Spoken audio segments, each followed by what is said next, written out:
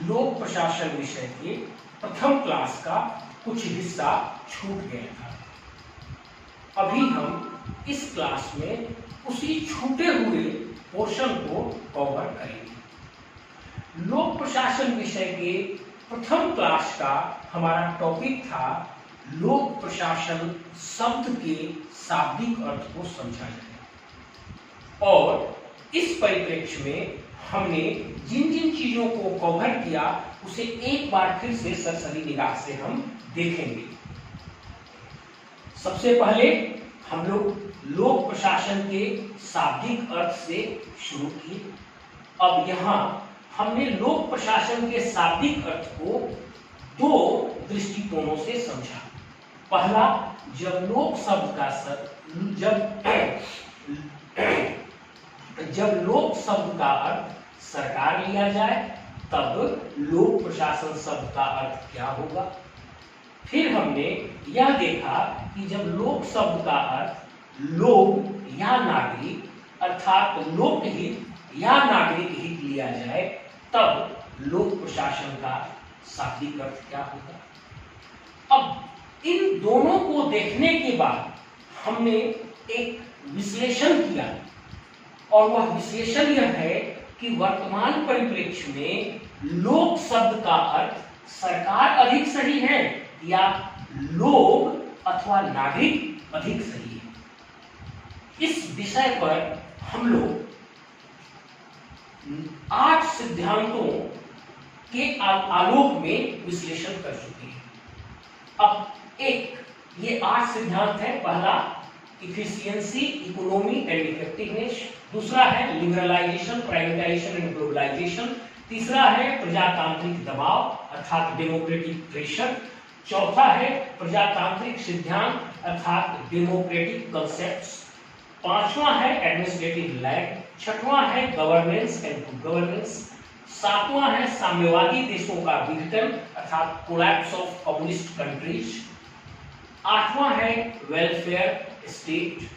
अब एक बिंदु रह गया था हमारे इस विश्लेषण का, वह था विकासशील देशों में सामाजिक आर्थिक विषमता को दूर करना तथा राष्ट्र का एकीकरण करना। विकासशील देशों का बहुत ही परफेक्ट उदाहरण हमारा देश भारत खुद है, स्वयं है। आप जब यहाँ के सामाजिक आर्थिक सिनारियों को देखेंगे तो बहुत अधिक सामाजिक आर्थिक विषमता आपको समाज में दिखाई देगी, और इसके कारण आंतरिक कलह कई वर्गों के बीच, कई गुटों के बीच, कई जातियों के बीच, धर्मों के बीच कई जगहों पे ये देखी जा सकती है। और प्रशासन का एक दायित्व यह भी है कि प्रशासन इन आर्थिक और सामाजिक विषमता को कम से कम करे, दूर करे और समाज में समता लाने का प्रयास करे, जिससे राष्ट्र का एकीकरण हो सके और राष्ट्र सुरक्षित रह सके। अब आप सोचिए, क्या अकेले सरकार पूरे समाज में सामाजिक आर्थिक विषमता को दूर कर सकती है? यह संभव नहीं है। जब तक समाज के प्रत्येक वर्ग के, प्रत्येक समूह के, प्रत्येक समाज के प्रबुद्ध और पढ़े लिखे लोग आगे बढ़कर इस कार्य में सरकार का सहयोग नहीं करेंगे, अपने अपने समाज के लोगों को समझाएंगे नहीं, तब तक यह संभव नहीं है कि सामाजिक आर्थिक विषमता को दूर किया जा सके और राष्ट्र का एकीकरण किया जा सके। अब इन सभी 9 सिद्धांतों के परिप्रेक्ष्य में, इन सभी 9 सिद्धांतों के आलोक में विश्लेषण करने पर हम इस नतीजे पर पहुंचते हैं कि आज के परिप्रेक्ष्य में सरकार अकेले प्रशासन के कार्यों को अर्थात लोकहित के कार्यों को अर्थात नागरिक हित के कार्यों को करने में सक्षम नहीं है। और ये सभी सिद्धांत सरकार के साथ साथ गैर सरकारी संगठन, निजी संगठन और नागरिकों की भागीदारी को भी प्रशासन में स्वीकार करते हैं या उनकी भागीदारी की वकालत करते हैं, तभी प्रशासन बेहतर हो सकता है। अब इस विश्लेषण के बाद एक प्रश्न आता है। इस विश्लेषण में एक पंक्ति और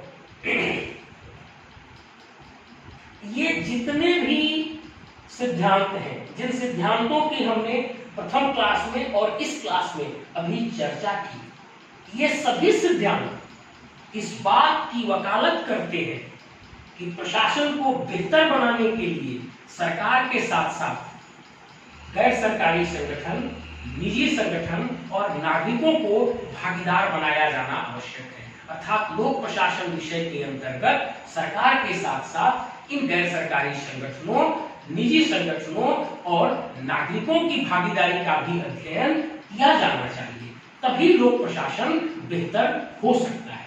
अब जब हम लोक का अर्थ सरकार लेंगे, तब सरकार के अलावा अन्य प्लेयर्स की भागीदारी लोक प्रशासन में नहीं हो पाएगी। लेकिन यदि हम लोक प्रशासन में लोक शब्द के अर्थ को लोग या नागरिक लेंगे, अर्थात लोकहित या नागरिक हित लेंगे, तब इस दृष्टिकोण से लोक प्रशासन में सरकार के साथ साथ, सरकार तो रहेगी ही, सरकार के साथ साथ गैर सरकारी संगठन, निजी संगठन और नागरिक भी शामिल हो जाएंगे। इसलिए आज के परिप्रेक्ष्य में यह सुसंगत प्रतीत होता है कि लोक प्रशासन विषय के लोक शब्द का अर्थ सरकार न लेकर लोग या नागरिक अर्थात लोकहित या नागरिक हित लिया जाए, जिससे सरकार तो इसमें शामिल हो ही जाएगी, इसके अलावा गैर सरकारी संगठन, निजी संगठन और नागरिक भी शामिल हो जाएंगे और यह प्रशासन के बेहतरी के लिए ही होगा, यह प्रशासन को बेहतर दिशा में ले जाएगा। अब पुनः एक बिंदु पर आते हैं। चाहे आप लोक का अर्थ सरकार लीजिए या लोक का अर्थ लोग लीजिए, जब आप लोक का अर्थ सरकार लीजिएगा तो लोक प्रशासन में एक ही प्लेयर होगा, एक ही खिलाड़ी होगा और वह खिलाड़ी सरकार होगा।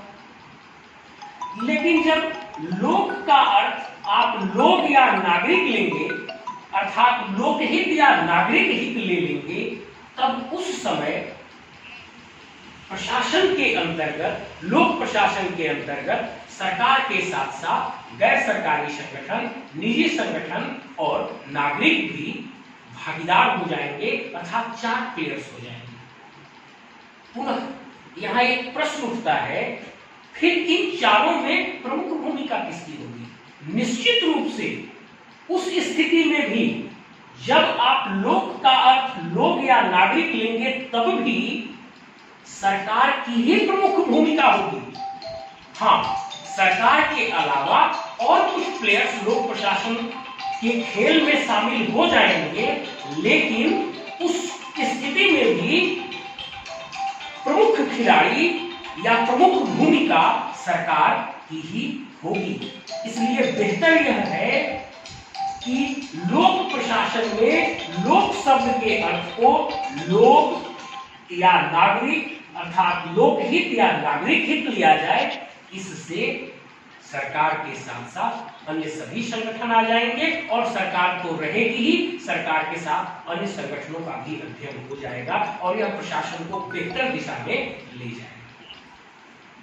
यहां हमारा प्रथम क्लास समाप्त होता है, लेकिन इसके साथ साथ हम सिविल सेवा के अभ्यर्थियों के लिए, आकांक्षियों के लिए कुछ टिप्स, कुछ जानकारी देना चाहते हैं।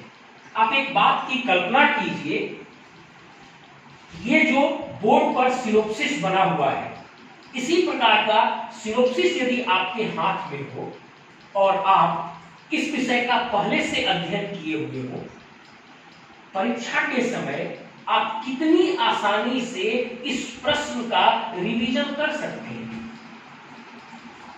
कितने कम समय में और कितनी आसानी से प्रश्न का रिवीजन कर सकते हैं, पहला। दूसरा, कितने सिलसिलेवार और तार्किक बहाव से आप इस प्रश्न का उत्तर लिख सकते हैं। तीसरा, इसको याद करना कितना आसान होगा आपके लिए। मतलब मैं ये कहना चाहता हूं कि आप जिस भी टॉपिक को उठाएं, यदि आप लोक प्रशासन के छात्र हैं तो लोक प्रशासन के लिए एक पहला टॉपिक जो है वो है लोक प्रशासन का शाब्दिक। और इस विषय पर एक प्रश्न हो सकता है कि लोक प्रशासन विषय में लोक शब्द का अर्थ सरकार लेना ज्यादा उचित है या प्रशासन, आज के परिप्रेक्ष्य में विश्लेषण करें। अब इस प्रश्न का विश्लेषण आप इस सिनोप्सिस के आधार पर कितनी आसानी से कर सकते हैं। आप पहला पैराग्राफ लेंगे, लोक प्रशासन का शाब्दिक अर्थ हम क्यों जानें। आप बताएंगे कि किसी भी विषय के अध्ययन की शुरुआत उसके शाब्दिक अर्थ से की जाती है, इसलिए हम लोक प्रशासन के शाब्दिक अर्थ को जानेंगे और यह जानना जरूरी है। अब वही सब पैराग्राफ चेंज करेंगे। लोक प्रशासन दो शब्दों से मिलकर बना है, लोक और प्रशासन, इसलिए लोक प्रशासन के शाब्दिक अर्थ को जानने के लिए यह आवश्यक है कि लोक शब्द का शाब्दिक अर्थ अलग से जाने और प्रशासन शब्द का शाब्दिक अर्थ अलग से जाने।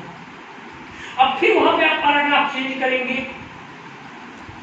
लोक शब्द का शब्दकोश में शाब्दिक अर्थ सरकार तथा लोग या नागरिक दोनों है। फिर आप पैराग्राफ चेंज करेंगे, अब लिखेंगे जब लोक शब्द का अर्थ सरकार लिया जाए तब लोक प्रशासन का शाब्दिक अर्थ क्या होगा। और आप एक एक करके एक पैराग्राफ में 5 से 10 पंक्ति में पूरा विश्लेषण करके दिखाएंगे कि जब लोक का अर्थ सरकार लेंगे तब लोक प्रशासन का शाब्दिक अर्थ क्या होगा। अब पुनः आप पैराग्राफ चेंज करेंगे और आगे लिखेंगे जब लोक शब्द का अर्थ लोग या नागरिक लिया जाएगा तब लोक प्रशासन का शाब्दिक अर्थ क्या होगा और उस परिस्थिति में लोक प्रशासन के दायरे में कौन कौन संगठन आएंगे और लोक प्रशासन विषय के अंतर्गत हम किनका अध्ययन करेंगे। अब यहाँ के बाद आप विश्लेषण में आएंगे और हम समझते हैं इतना लिखने में ही 600 शब्द के उत्तर में 200 शब्द तो आपका यही तक हो जाएगा, अब बचा 400 शब्द।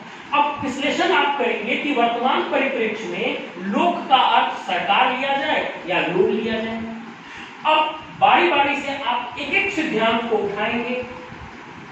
इफिशियंसी, इकोनॉमी, इफेक्टिवनेस पहला, दूसरा लिबरलाइजेशन, प्राइवेटाइजेशन, ग्लोबलाइजेशन, तीसरा प्रजातांत्रिक दबाव, चौथा प्रजातांत्रिक सिद्धांत, पांचवा एडमिनिस्ट्रेटिव लैग, छठवां गवर्नेंस एंड गुड गवर्नेंस, सातवां साम्यवादी देशों का विघटन, आठवां वेलफेयर स्टेट की संकल्पना, नौवां विकासशील देशों में सामाजिक आर्थिक विषमता को दूर करना और राष्ट्र का एकीकरण करना।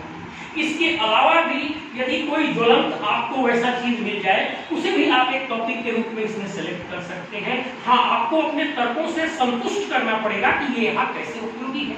अब इस प्रकार से जब प्रत्येक एक एक टॉपिक को आप डील करेंगे और प्रत्येक पर अगर आप 20-20 शब्द भी लिखते हैं तो 180 शब्द यहीं पे हो गए। यदि आप 30 लिखते हैं तो 270 शब्द यहीं पे हो गए, जबकि हम समझते हैं सभी पर लिखने के लिए आपको 50 से अधिक शब्दों का टॉपिक होगा। और इस प्रकार आप बड़े आराम से मुख्य परीक्षा के प्रश्नों को तैयार कर लेंगे।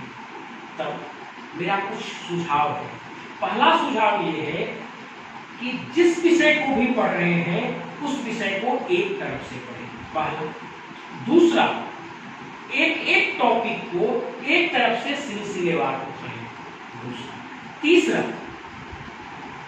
आप जिस टॉपिक को भी लें उस टॉपिक को पूर्ण रूप से समाप्त करें, तभी किसी अगले टॉपिक को उठाएं। चौथा, आप जिस किसी टॉपिक को उठाएं उसका एक सिनोप्सिस जरूर तैयार करें इस प्रकार के पेजेस में, और उस पेज को अपने एक इन्वेलप में स्तरित करके जरूर रखिए। और जब जब आपकी परीक्षा आए 5वां, तब आप उस सिनोप्सिस पेपर को निकालें और स्वयं से उस सिनोप्सिस को पढ़कर आप देखें कि क्या मैं इस पर उत्तर लिख सकता हूं। अब छठवां, आप एग्जाम से पहले उस सिनोप्सिस के आधार पर स्वयं से बोल के देखें कि आप इसके उत्तर को लिख पाते हैं अथवा नहीं। अब सातवां, आप उस समय वर्तमान में जो कुछ भी घटनाएं घटित हुई होंगी उन घटनाओं को इसमें जरूर समाहित करेंगे, तभी आपका उत्तर बहुत खुदा हो जाएगा। क्योंकि ये मेरा प्रथम क्लास है और इसमें बहुत सारे अगर हम उदाहरण और नई घटनाओं को शामिल मैं करता तो यह क्लास बहुत बड़ा हो जाता और समझने योग्य या डाइजेस्टिबल नहीं होगा। और पढ़ाने का एक सबसे सही तरीका है कि हम उतना दें जो सुपाच्य हो, आसानी से डाइजेस्टिबल हो और जिसको सुनकर या पढ़कर या देखकर छात्र या व्यूअर बड़े आराम से उस बात को समझ सकें और अपने मस्तिष्क में रख सकें। उसके बाद में स्वयं भी उस विषय का कई जगह से मटेरियल लेकर अध्ययन कर सकते हैं और उसे बेहतर से बेहतर वो उत्तर को और बेहतर बना सकते हैं। इसलिए हमने इसमें बहुत ज्यादा वर्तमान की चीजों को समाहित नहीं किया है।